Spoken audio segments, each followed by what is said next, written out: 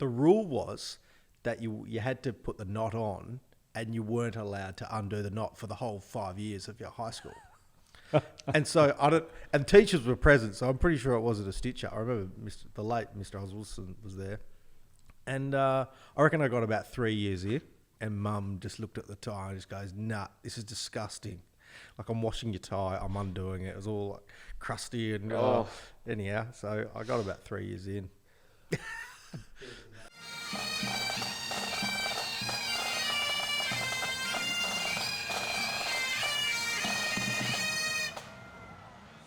After many false starts, got to the starting line a few times, but here we finally are, the first pilot podcast of the Old Scotch Collegians, yet to be named. We'll come back to that a bit later, but we're joined tonight by, the guinea pigs, I guess you'd probably call us here. Yeah. We've got our immediate past president of the Old Scotch Collegians, Michael Silbert. We've got our freshly minted president over here, Aaron McDonald, and my name is Nick Warland. I've been given the honour, maybe the very, poison chalice potentially, of being in the driver's seat for this project.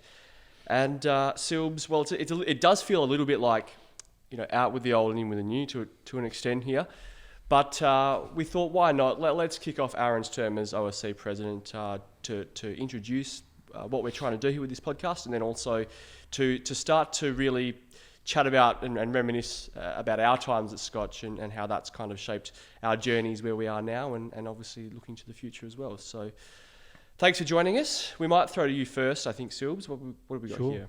So this is all a part of Studio Scotch, obviously. It's a bit of a long-running project. There's been a bit of chipping in from the OSCs and the Parents Association too. Why don't you just give us a bit of a rundown on what that's looked like, what that journey's been like to get to this point? Yeah, well, probably kicked on a little bit by COVID last year. It got a little bit more juice going when everybody was offline, albeit for a short time.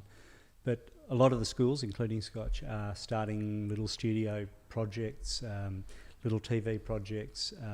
The Parents Donation really generously donated a big whack of money, and the Old Scotch Collegians also donated money to set up the physical infrastructure here, and we're sitting in this fantastic meeting room in our Heritage Centre, which was set up a few years ago by our fantastic archivist, who's actually, Yasmin is actually Aaron's sister.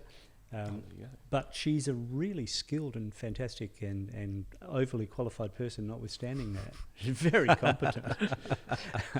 So we've got the benefit of a whole bunch of really fantastic donations and legacies, and we're trying to kick off part of the whole school's comms program, which involves Studio Scotch. The school's doing another set of podcasts which are about incredibly interesting and engaging people, but they're not necessarily Old Scotch Collegians, and we're hooking in, and as he said, this is a pilot, we're the crash test dummies. And that we are. We're trying to keep it more Old Scotch focused. We, I guess, are experimenting with the form. We've hoping to get some interesting thoughts around the name. Yep. We'll see what kind of engagement we can get, and we'd love to get people's responses. We'd love to get people's ideas and suggestions of what we should do and where we should take it. It's a very elastic kind of thing. We can do anything we want. We can do anything, our enormous audience wants.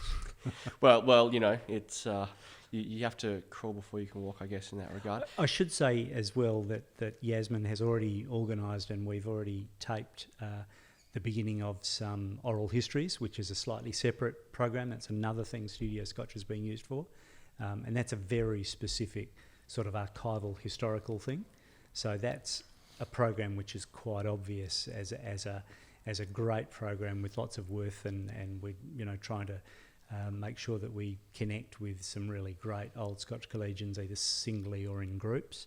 So that's a slightly different kind of project, and I think what we're thinking about here, at least in my mind, is something a little bit more magazine-y, and definitely all ages, not just old blokes, for instance, and not just about Scotch, but people who are engaged with us and our community.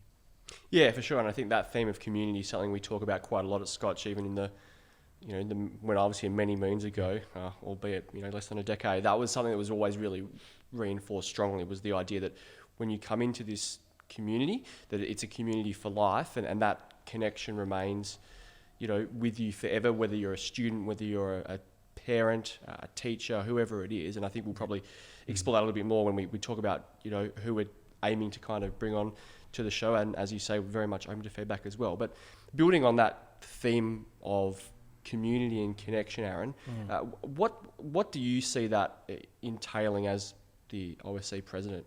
I think your comment, Nick, about it being something that's drilled into you about being a community for life, certainly for me, and I would say for all of my mates when I was at Scotch, we heard that too. I remember one of my mates' mums saying to me, the benefit of Scotch is what you get when you leave. And I remember her saying that, and I had absolutely no idea what she was talking about.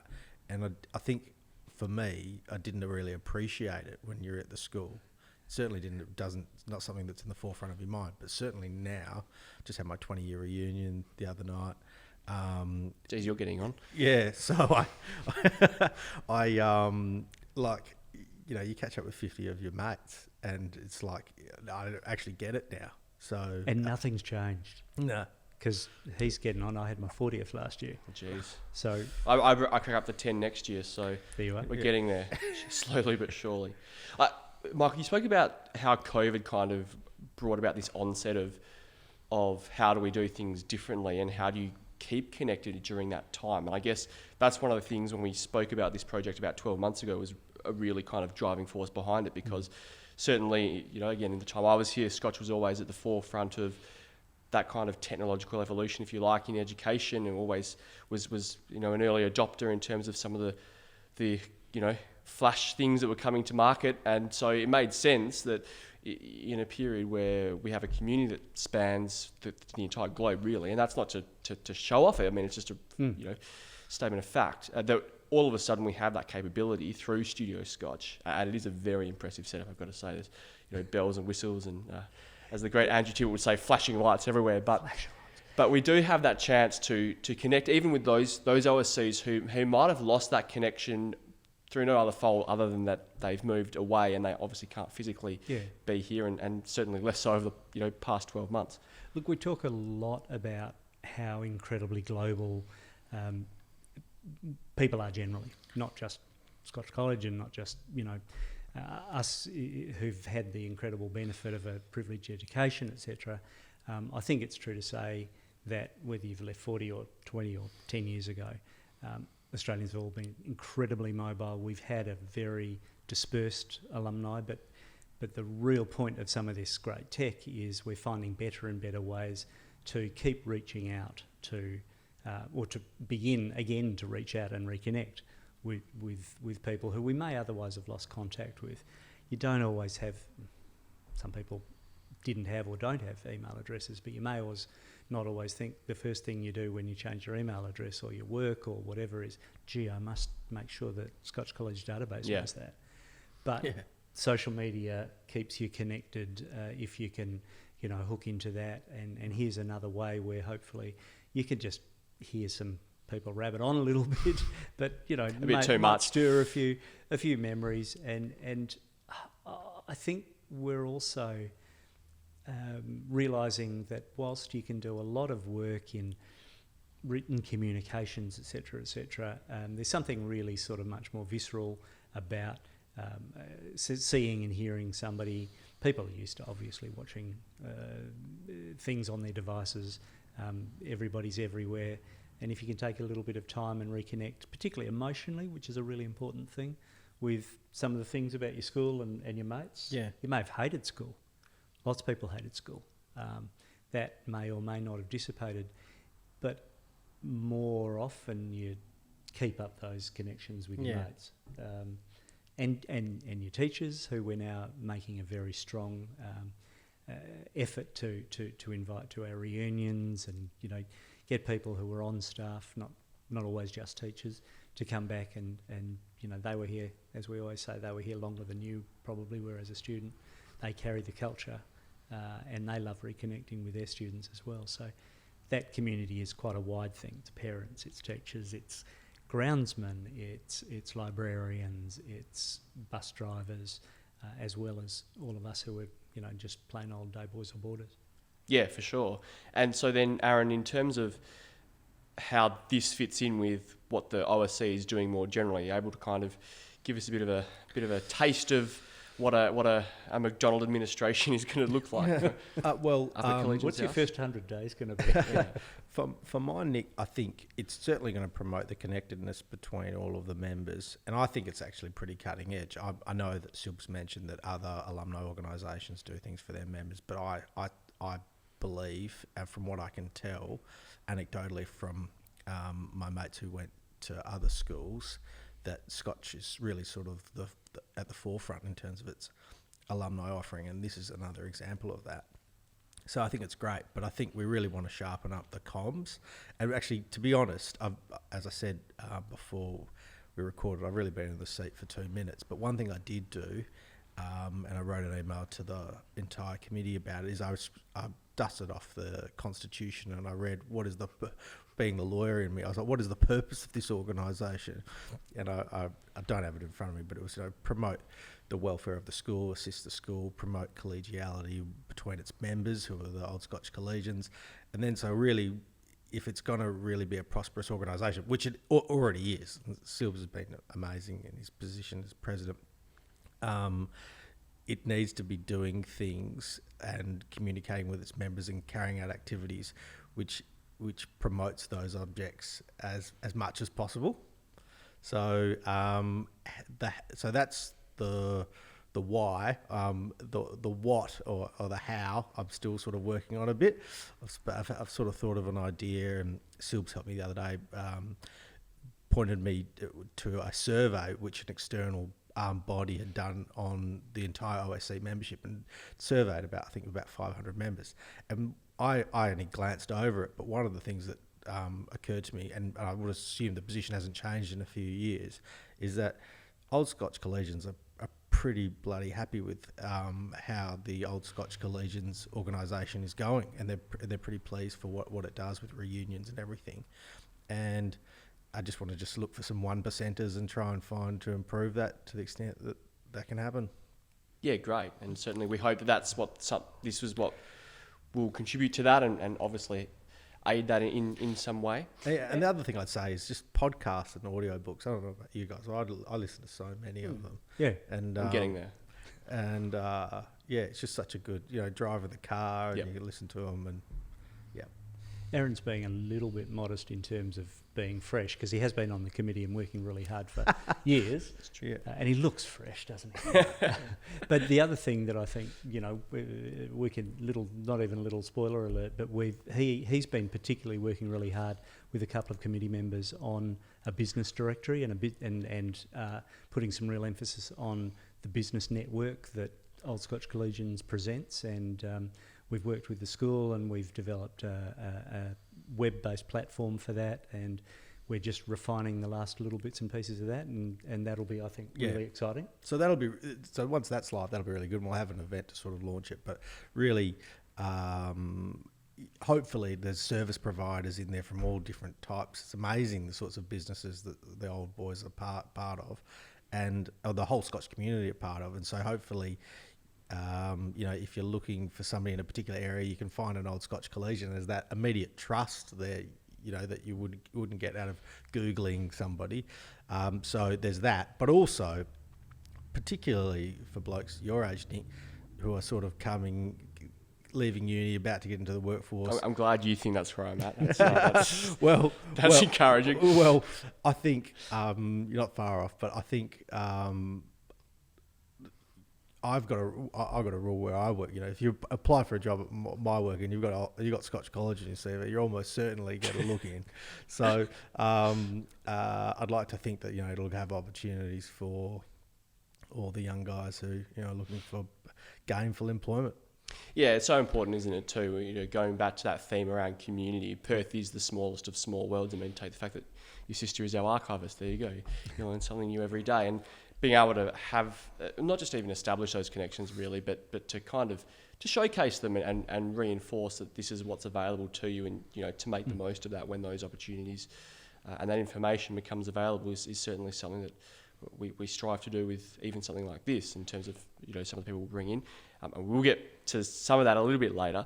But really quickly, we've got a whole bunch of paraphernalia here, I guess, that Silbert has brought in. Perhaps maybe we might go as a tag team here just to run through some of the initiatives and projects that the OSC is currently working on, and you know, where there's a need or an appetite for old boys who are you know, chomping at the bit to get involved or give back, which I think is an important point too, to kind of do that through these. We've got some pretty specific directions from our producers, not to be advertising specific dates, because by the time this is edited, they've probably been passed. But what we have done, you know, in terms of aligning with the objects of the association, one of the things that's a major project this year, and that OSC is very strongly behind, both financially and in terms of our community, is the rebuild and the rescue of the Gooch Pavilion. You only have to say Gooch Pavilion and, you know, old men go knees weak and eyes watery. It's an iconic structure. It's part of the three most important heritage projects, and it's the last one to have been finished. We've worked through the chapel, which was a magnificent restoration of that great sort of mid-century building that sits now in really the centre of the newly refurbished upper oval. We're working on the rowing shed. We thought that would be finished quicker, and I use the greater we, the whole Scotch community. Scotch obviously has lots of people interested in that very specifically, but I think the Gooch, which essentially was either at the crossroads of falling over because of concrete cancer, or being fixed properly, rejuvenated and brought into, you know, this century. If anybody wanders down to the old Memo grounds, they'll see that as we speak, it's under construction, under reconstruction. There's going to be some really beautiful terracing. There's a very strong recognition in the design plan that the pavilion isn't just a footy watching, you know, block. It's something that's used by the whole school. It's become incredibly meaningful, particularly as March Out becomes a more and more central piece of, you know, particularly the Leaving Scotch Boys, you know, emotional experience and a rite of passage, and you know, that pavilion is a centrepiece of that, and the architectural design of the pavilion as it's been restructured takes into account that rite of passage that the boys have when they walk up from the Oval. It's really a fantastic project, and it does retain the architectural heritage of that, you know, really nice old funky 1950s, 40s, I think it was 1954 it was built, building. So, I mean, that kind of thing gives you a flavour. We are lucky enough to have some money in the bank, and we have been really careful. I don't know if people really understand the financial, you know, sort of structure of Old Scotch Collegians, which we can go back to. But we do have some funds, and we've been able to husband them quite well, and we've made some commitments to that. So that's been a really exciting kind of thing to be involved with, and the whole community, depending on whether you see this after or before, the whole community is going to be involved with, you know, helping to do and complete this refurbishment. I think that's a really exciting thing, and is a very tangible thing. Yeah. Some of, you know, it's not just a 10, 20, 30, 40-year-old drinking reunions club. There are obviously the traditional reunion style events, but the outreach in terms of business, in mentoring, in support of the school community, you know, we're trying to be much more modern. I think you know, bring this alumni organisation into the 20th century and align it with what people's expectations are when they send their kid to a really fine school.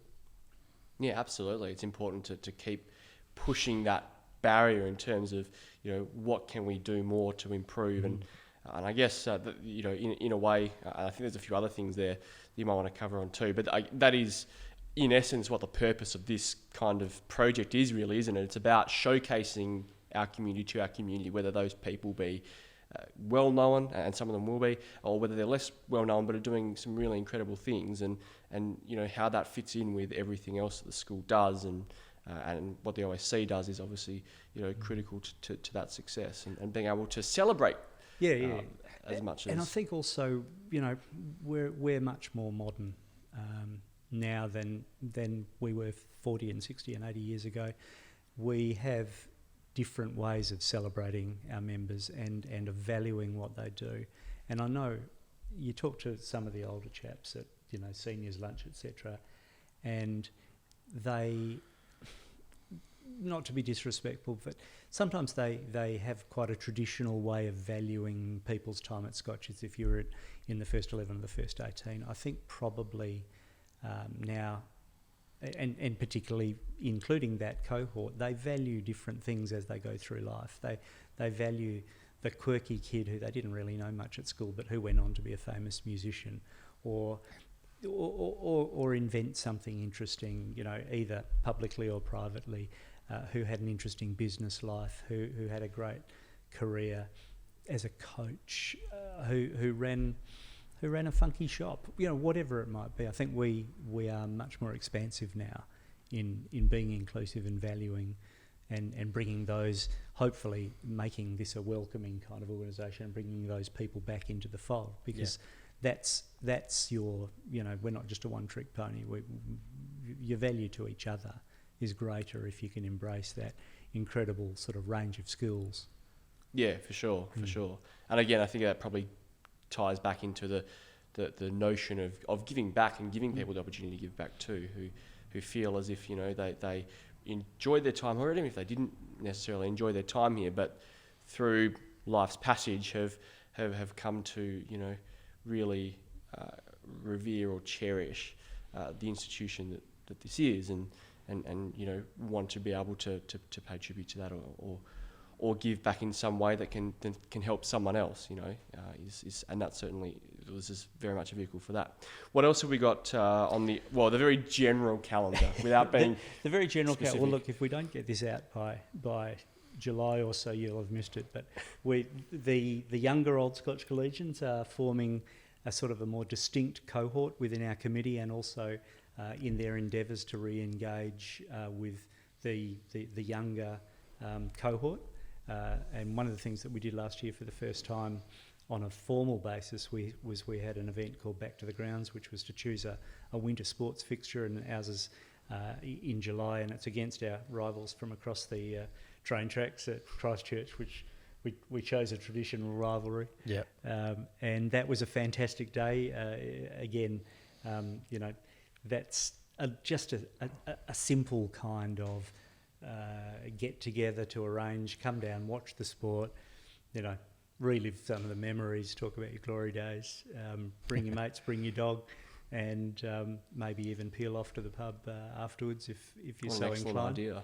But that's the kind of easy, simple event, and the younger old boys ran that really well last year, and we got a lot of compliments even from our competitors about what a fantastic day it was. How great it is for your year 10s and 11s and 12s at a PSA fixture to have a really fantastic crowd, and how they appreciate.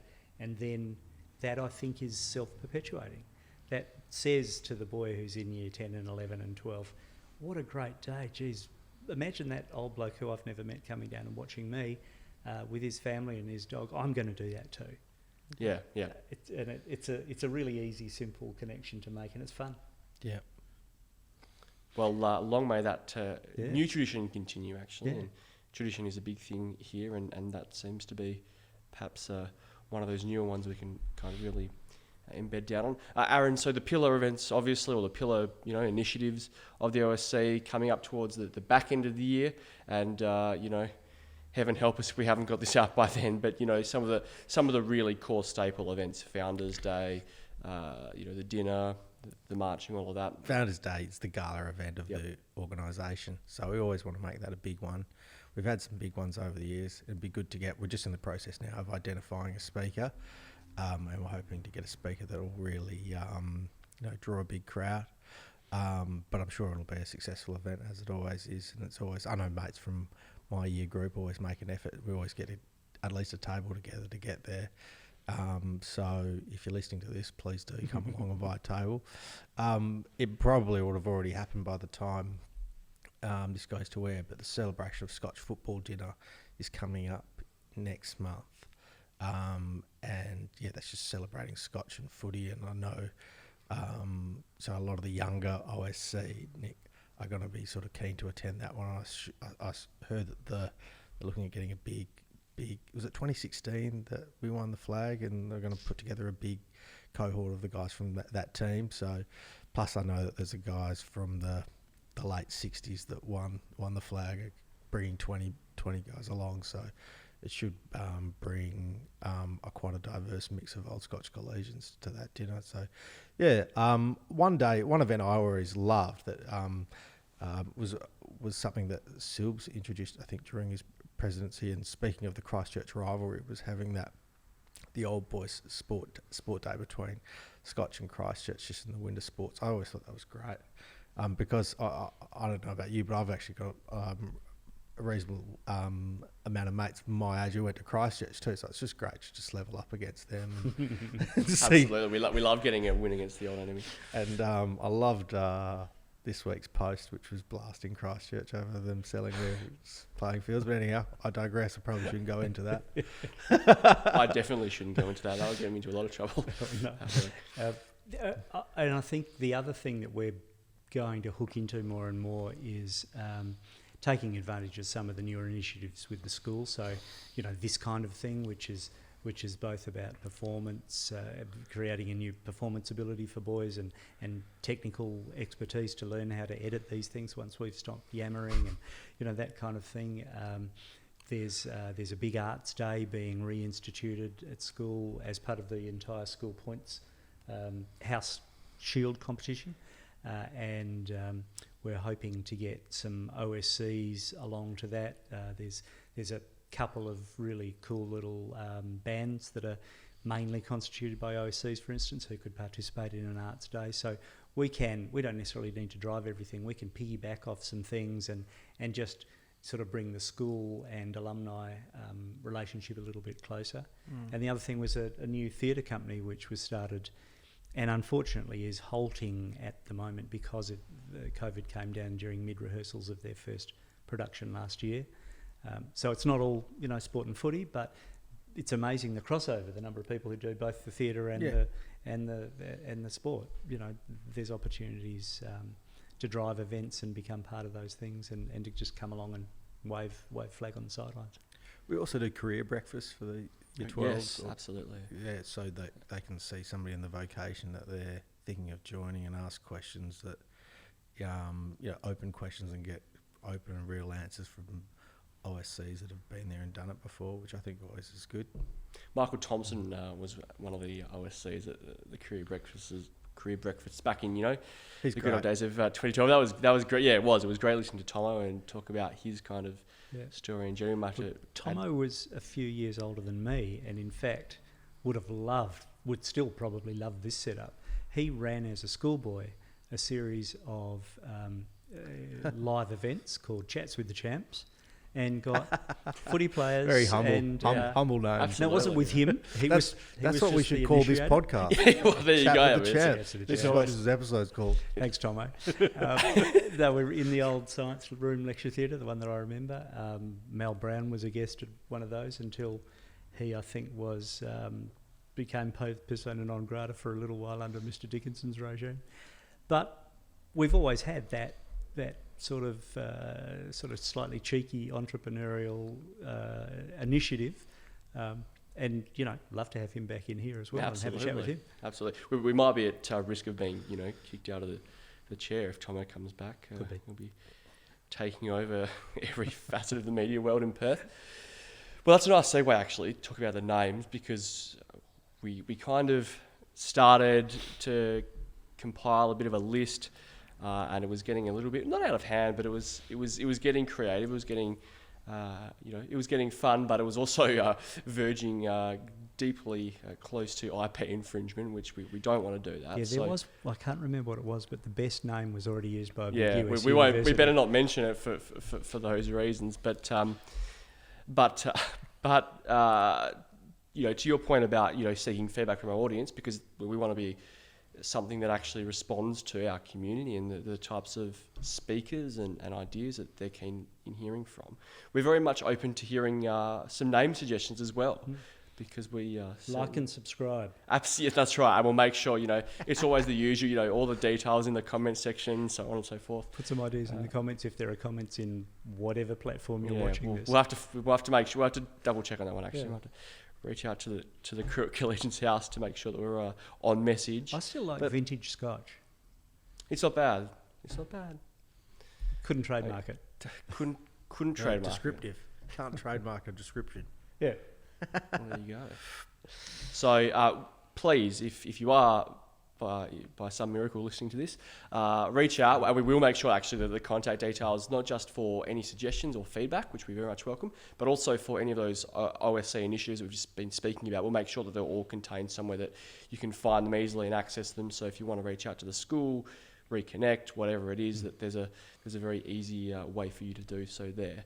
So yes, names, please get those suggestions coming. We could put it to a vote, but didn't they do that thing with the boat? And it Yeah, but that's the risk, isn't it? Boat face. It'll be called Poddy McPodcast, Yeah, which at least it's Scottish. Well, that's true, and we do want to see a strong theme there about what the school is about, and some of those harping onto the good old days. So I'm sure our audience is far more creative than we are in that regard. So we're all open for that. This is very much a prequel and a preview, and we very much look forward to hearing from some of our listeners over the journey. So that probably kind of ties off, I think, most of what we plan to talk about in terms of why we're doing this, the importance of it, really reinforcing what the OSC is and what they do. So we'll have a list of standard questions, some of the things you'd expect to hear from our guests. Again, really focusing strongly on what their link is to the school and really teasing that out a lot. So, for old boys, for example, when we have old boys in, we'd love to talk about some of their memories, their fondest memories of the school. Yeah, that's always good. Always good, but always brings out some cracker stories that you just never would have found or imagined otherwise. So that's always going to be top on the agenda. What does Scotch mean to you? It is a little bit of not a heavy one, but it can be. It's actually also very kind of. You'd expect that kind of question, I guess, when you're bringing someone back in and having that conversation, reminiscing about their time. How has Scotch shaped you? Because again, we talk at the school about preparing boys for life, and that's been the kind of the motto now for a while. So understanding how Scotch has shaped our old boys, but in equal measure as well, some of the other guests we'll have on. And then obviously what's one kind of key piece of advice they'd give to current Scotch students as well. Ignore the fact that we've got some, convivial beverages here because that's, it is very much aimed towards a mature audience, but certainly, it is that vehicle to speak directly to some of our current students and get something out of that. But also in terms of guests, bringing back Scotch parents, so people who might be actually quite well known in the community broadly, but who have a Scotch link that you might not know about. Yeah. That's something we want to really highlight because it's a really fascinating kind of question. What is it that factors into someone making that decision to send their child here or to get involved in whatever way it is? So that's something we're really keen to learn. And also, as we say, former teachers, some current teachers, to kind of mix it out a little bit to make sure that it's a balance and where there's not too much recency bias towards the more recent years. There's some real crackers there, and as you said earlier, Silbs, there's some people or there's some teachers who probably end up being here much longer than most of the students combined. So they could talk to a number of different stories and occasions. So we want to do that, and also we might even get a student in or two depending. I think that'd be what's fun. Going on around the joint. Find out what's happening in the school and what. Where that new mindset is. Yeah, so that's very much all what's on the table, I guess, in terms of what we're kind of looking to explore and get from our guests and opportunities are endless. That's right, exactly right. So, and you two have very, maybe foolishly, We wanted to set the bar low. That's true. That's also Done. That's also an opportunity, So right? we're ticking that box. So in that spirit, we brought you in here to kind of start with kind of some of your memories, and we'll start with you, Silbers, because you are the Because I'm losing mine. well. Maybe in part. This is actually an oral history for Silbs. Well, that's right, exactly. We're killing two birds with one stone here. So I'll start with you. Well, I just, not that Nick told me to, but I, in running out of the house tonight, grabbed my my old Ross House tie, which is still hanging in my cupboard, and I know probably should be thrown out or treated for something.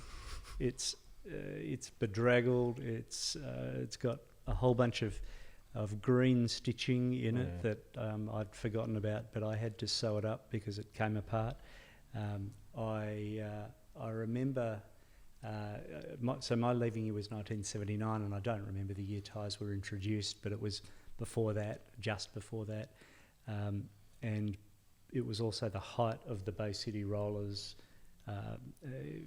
complete takeover of the world, and don't expect Nick to even know who that is. Pretending to know, yeah. Nod and pretend. Very ignorant, yeah.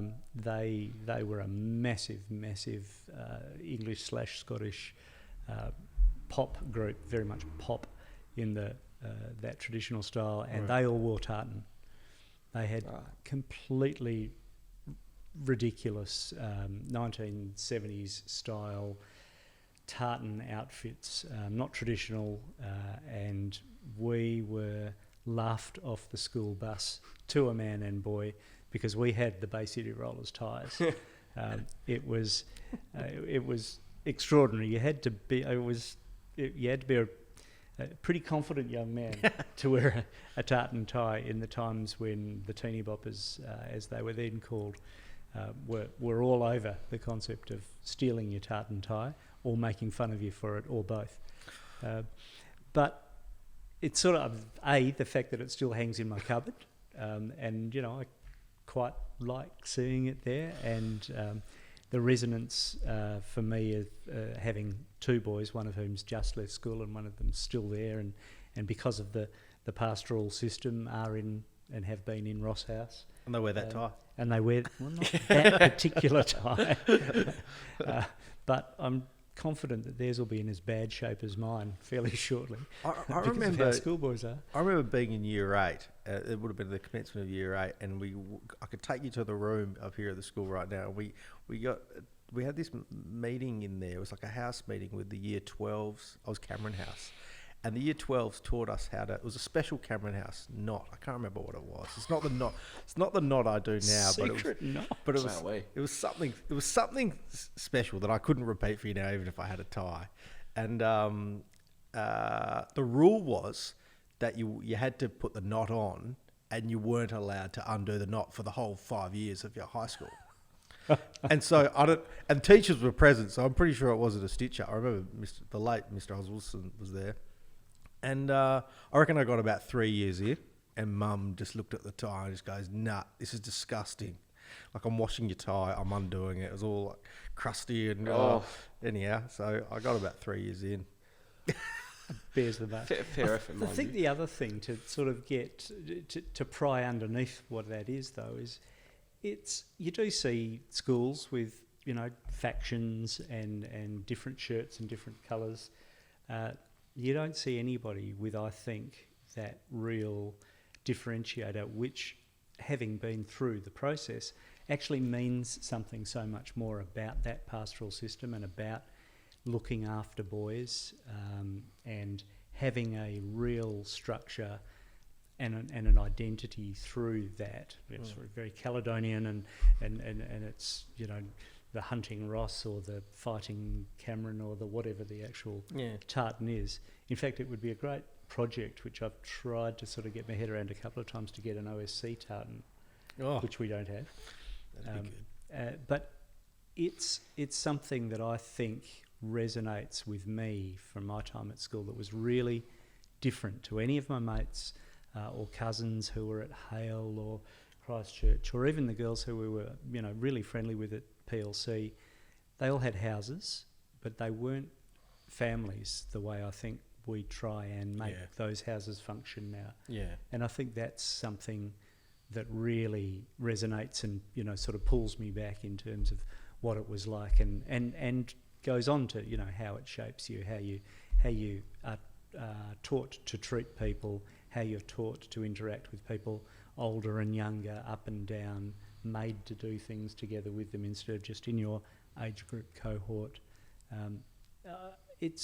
I'm sure it's a generally recognised principle in schools that that's a good thing to do, but I think we did it incredibly well pretty much from the beginning, and I think we continue to do it really, really well.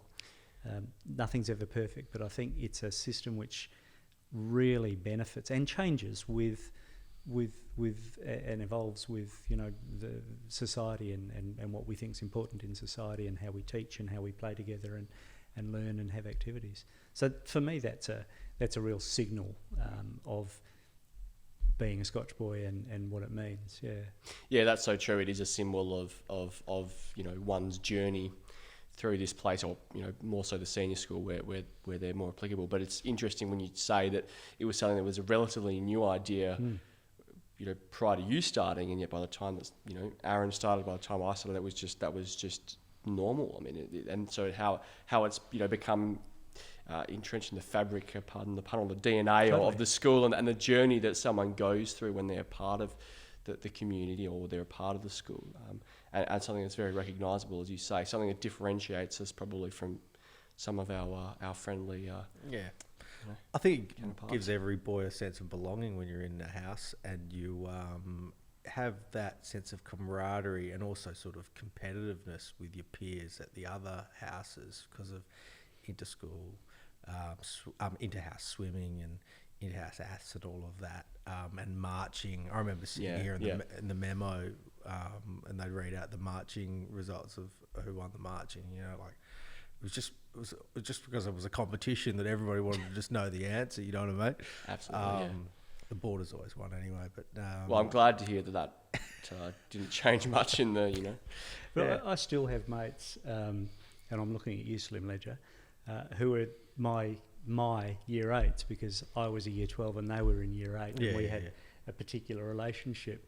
And he will still call me Silbert MJ Rosshouse, all in one sentence. That's how he identifies people, and I think that's how subconsciously you tend to think about people. You think of them with a Stuart House tie on them. It's like a mental marker, and it sort of divides you into your tribes, which is fun. Yeah. No, it is for sure. So, Aaron, now granted, we did throw you under the bus a little bit here, with a bit of a stitch up. We had discussed for the idea that you'd bring in something that reflected your time at Scotch or what have you, and I'm not sure unless you've surprised us. Yeah, well, that's an interesting an empty glass of wine in and of itself. But so in terms of memory, then surely the memory of having one tie not last for 5 years is not your fondest or strongest memory of Scotch. What would be? Oh, it's a good question. There's so many good memories. I mean, I made so many mates. They're still mates now. I was a Scotch survivor, so I went from 1 to 12, and I remember getting the tour of Mr. Dickinson's office in year 1. No, there's a photo of that somewhere, and he plays the didgeridoo for us. And then I remember march out, seeing my parents as I march out. I was in the pipe band. I was drum sergeant of the pipe band. Travelled all around the world with the Scotch pipe band and subsequently the Perth Highland pipe band, which is basically an old Scotch boys pipe band, to Canada and Malaysia and Indonesia and everything. So that was all pretty good, and competed and won state championships and stuff with that, and debating and hanging out with my mates, kicking the footy on the top oval. And how long have you got? yeah, that's true. We've been going for 45 minutes, so could be going a bit longer. No one will answer physics to this question. No. Or chemistry. I dropped physics. I was in physics in year 11.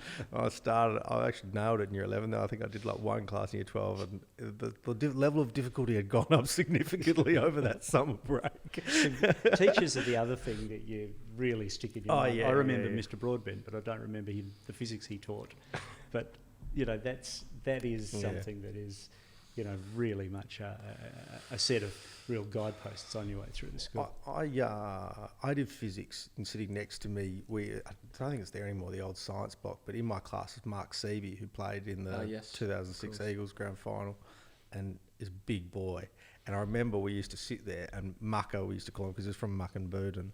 He would come into the class, and he literally had to duck underneath the door to get his head in the science block. He was huge. He was a giant of a man. Even when I see him these days, I mean, he's so big. Yeah. There are memories in physics. It's just not good ones. MV. Not particularly one. Yeah. Not ones you'd reflect on. So I've double dipped on this one. I've got to admit, I'm wearing the tour jumper from the 2011 pipe band tour, because I couldn't work out, was the 2011 pipe band tour the highlight, I guess, of my time here, or was it this little thing that I'll come to briefly? But it's funny because it's just past the 10-year anniversary when we went to Virginia for the Virginia International Tattoo, and that's when Norm was still running the show, of course, and Roy Hamilton. You guys must have been one of the first ones to go. No, I think we've been going to Virginia a fair few times. I went to Nova Scotia 10 years prior. Oh, there you go. Yeah, Halifax. Yeah, right. Not far enough. I think that's about as far away you can get from Perth. That's a long. That's in the middle of nowhere, basically. So and you go on YouTube and you watch some of the clips back of that tattoo, and you see the Scotch band playing there, and the big bass drums with the school emblem and everything like that. And you go, wow, to be a part of that's actually really amazing. It does actually. Yeah. Every time I watch those videos, I do go, oh my goodness, like that finale piece where they bring in they're playing all the anthems of each service branch, and obviously Norfolk is a big Navy town, so they wait right to the end for anchors away, and then the pipes strike up and they play anchors away, and everyone's going nuts in the arena. The scope, very strange. If you think Perth Arena looks strange, you should see the Norfolk scope. I'll say that much. But I think actually, to be honest, the more fond memory is this one. This is a prized possession, and this is the closest thing I'll ever get to winning a flag of any sort in any discipline ever. This actually was from the 2011 WA Debating League, affectionately known as Waddle. The senior division grand final, which we won. We had an amazing team that year. Very fortunate to be part of that. We had the state captain a part of our team. There was a group of 5 of us. One of the amazing things about the debating world, I guess, or at least at the school level, is it's not just purely kind of your normal rivals in the PSA sense. You've got to overcome IGSA schools. You've got to overcome a lot of the other independent and private schools, a lot of the public schools, and quite often I think the Scotch Shenton or the Scotch Perth Mod kind of rivalry in that space was actually almost stronger in some ways than it was against some of those other schools. But in 2011 we hadn't won it for donkeys, and we made the final, and it does get to it starts with a round robin kind of tournament format, and if you're good enough there, then you proceed to the finals. We were undefeated that year. It was amazing, and the grand final was at the state library. It was the biggest debating crowd you'll probably ever see. It's quite an unusual thing, and we're against Hale. And of all the debates we'd done that year, it definitely, because you get a bit of a sense for have you won, how close are you, and this one we genuinely couldn't pick. The topic was that that we should give immunity to dictators who voluntarily stand aside. So it's always a tricky one to kind of balance the You're still chewing on that one, aren't you? Well, especially when we had to argue for it. But we won, so that's the main thing, and that was huge for the school. Actually, I remember at the time there was a lot of people who would never care about debating any other day of the week, and they thought, well, that's amazing what that group of 5 guys got up and did, and Silbs was on its academic though. There you go. I mean, there's a photo in black and white. There's a photo to prove it. And we'll have to dig that one up. We got a frame for him the other night. It's a cracking photo. I'll have to find a way to inject that one into we did. I did say to these guys, we eventually got beaten by Perth College. There you go. Yeah. So yes, it's always funny where those memory lane questions kind of take you. So now to the more. Speaking of, sorry, Nick, just want to touch on winning flags, because I was a pretty average athlete when I was at school, but and now same boat. Things haven't really changed, but after I left the school, and this is only in the last sort of 5 or 10 years, we used to play a lot of indoor soccer just here on the basketball court. And Yeah. and there was a lot of blokes there in this league from around my vintage, and there was guys from Christchurch and stuff who came along, and our team was called the Barca Loners, and it was 5-on-5, and it was Tuesday nights, and it would break up your week. You know, there'd be a bit of banter on the emails and stuff. It was always good, and I just was a sweeper, and I just sort of hung back. I couldn't really kick a goal to save myself, but I could stack a team. I could stack a team with some very good players, and you know, and I'll never forget. We won multiple flags down there in this league, and the chat between some of these guys. But it was so funny. You get sent around an email on sort of Monday, like, because you get 5 on the ground on the side each Tuesday night. You need 15 guys on the email, because you know, like, you're never going to get the same 5 guys. Anyhow, I'll never forget this one time. I sent around the email because I was sort of I was the manager. I was the I was the manager. So I was the Jose Mourinho. So I sent around the email. I said, guys, we're playing tomorrow night. Who's in? And you know, like, I've done my groin and, you know, my hammy, and no, I might not. I got then like multiple no's, and then by the way, I forgot to mention, it's actually the grand final. I'm available. No, I can make it. Every knacker comes out of the woodwork, you know. Everybody wants, and I got a piece of silverware like that, and then we it's all we wanted. We just wanted the photo and the silverware. That's what it's about. That's funny, and that's actually another good example of where that link continues afterwards. Who would have thought you'd be, you know, winning pieces of metal around your neck at the Scotch gym, man. You know, post school, and yet here you are. You know, your companies are now on the back of the Subi Footy Club jersey. Second that. So, who knew that you can go from indoor soccer champions to, you know, supporting? Well, it's not as impressive as I was just saying before. I had my 20-year reunion, but a Scotch business, Lendy, is on the back of the Eagles jersey. Right. That's Sebastian Watkins, who was in my year. He set up his own fintech, which is like a mortgage aggregator. Yeah, so. As I say, Perth is the smallest of small worlds. There's always nooks and crannies you find Scotchies in. So, wrapping up that very lively discussion, and into perhaps one of the more heavier kind of aspects, or the more sentimental aspects. You know, I'll start with you this time, Aaron. What does Scotch mean to you? Geez, that's a tough one, Nick. I think it's certainly the community.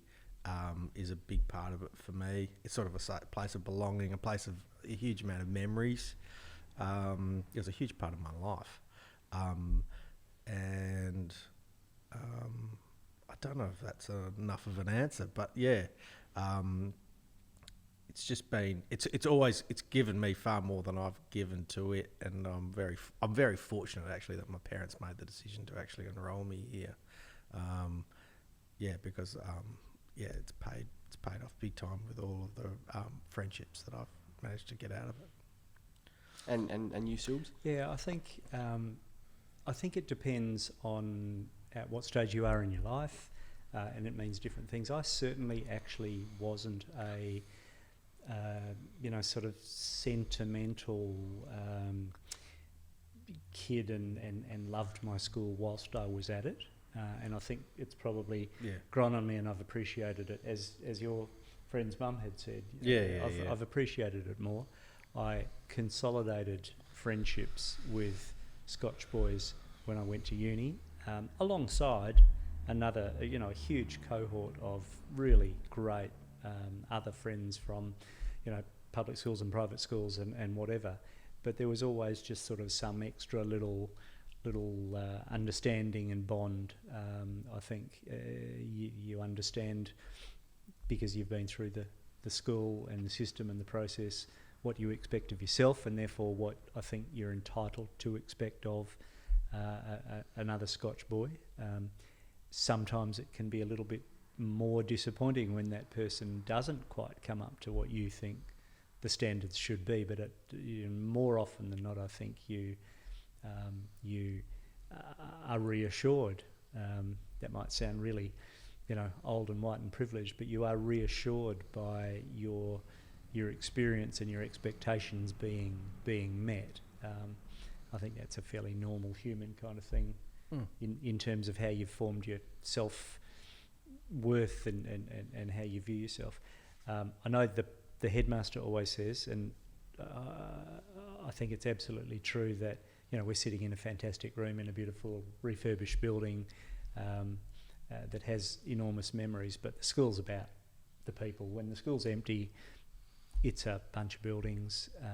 When it's full of life and energy, it's something that is created every day anew by the boys and the teachers and the staff and everybody who brings themselves and pulls on their tie and polishes their shoes and gets going every single morning. And I think that's something it teaches you as well. It teaches you get up in the morning and put your suit on and have an approach to the day which is positive, and you're going to get something out of it and you're going to make something of it. And how would you say that's kind of helped to shape you then, I guess, in a nice kind of transition? I guess like Aaron and like so many people, I've spent time away from Perth and time away from Scotch and time away from family. But I think what I've always had in terms of shaping me is that that way of being that I wouldn't have had. I would have been different had I not gone through Scotch College and had the disciplines that I was taught and had the self-reliance that I was taught to go and apply the way I did. Have been in other countries, have been in situations where maybe I would have coped worse or differently or badly if I didn't have some of that capacity that I think I found here. That's a very good point. My dad, who attended Riverview in Sydney, which is a private school there, he moved. He's 79 now, but he moved to Perth from Sydney and got off the train in Perth in 1966. And I'm only saying this because I've heard this story so many times, and he's repeated it so many times. But he direct quote, he would tell me, and Aaron, when I got off the train at Perth, I did not know a living soul in Perth. And he always talks about, he was an accountant for 30 odd years, and he talks about trying to survive in the business community while seeing the Old Scotch Collegians and the old Christchurch guys and their community that they had, and being really envious of it. And I think that was an impetus for him to try to enroll me here. And I was like, oh yeah, Dad, whatever. But I spent a couple of years living in Melbourne, and I didn't really know anybody there. This is 10 years ago, and I went to the I had my 29th birthday at the Pran Hotel, which is sort of the equivalent of the Claremont Hotel. We had 30 people rolled up for dinner at a dining room out the back. 28, I've been living in Melbourne for at least a year, 28 of the 30 were from Perth. And the two people from Melbourne were the two people who had gone out of their way to include me in their social lives and stuff. It was not easy to crack into at all. And I don't think, I could be wrong, I don't think I'm the most difficult person to socialise with, but it really hit home. I was like, oh, that's what the old man's about. I get it now. Yeah, Yeah. For sure. And what's one piece of Jesus, some hard-hitting ones here. It doesn't get any easier. What's one piece of advice that you've just current Scotch boys kind of in light of those experiences and reflecting on what it kind of means to you? I might give that one to Silbs to begin with. I'll take that one on notice, Nick. Wow, Gee, it is a tough one. Look, I think what I'm hoping to either say or demonstrate to my boys is to take advantage of everything that is here at Scotch, because it's an unbelievable smorgasbord, and they keep putting extensions in the table, and to travel your own path, which I think they encourage you to do. We encourage you to do as a school and a college community, and that path can be extraordinary, and it can be really difficult, and you can end up in some pretty weird places. But I think that's all good, and if you've got the disciplines and the self-confidence that you can get here from doing so many of the things that are offered, then I think you do good stuff. Yeah, that's so true, isn't it? The opportunity that you get here is definitely, I think, one of the real benefits and one of the real privileges to be able to try your hand at a number of different things that you perhaps wouldn't have otherwise even considered, let alone had the ability to do. Yeah. Is definitely one of those components of Scotch life that is integral to, moving away from the textbooks and the curriculum and actually, forming someone as a well-rounded, well-grounded individual is to make the most of those opportunities and explore the world that's out there to the extent that you can. Yeah, I'd agree with Silks. I think you get so many opportunities here when you're at Scotch, so I'd say yes to everything would be my advice, and just give it 100%.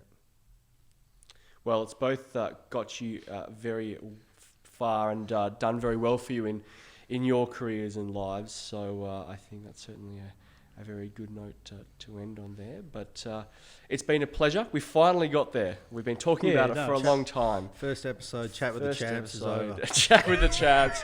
The guinea pig episode. We got through there. We battled through it. But Well done. But those, if you're still listening at this point, thank you and congratulations for enjoying that.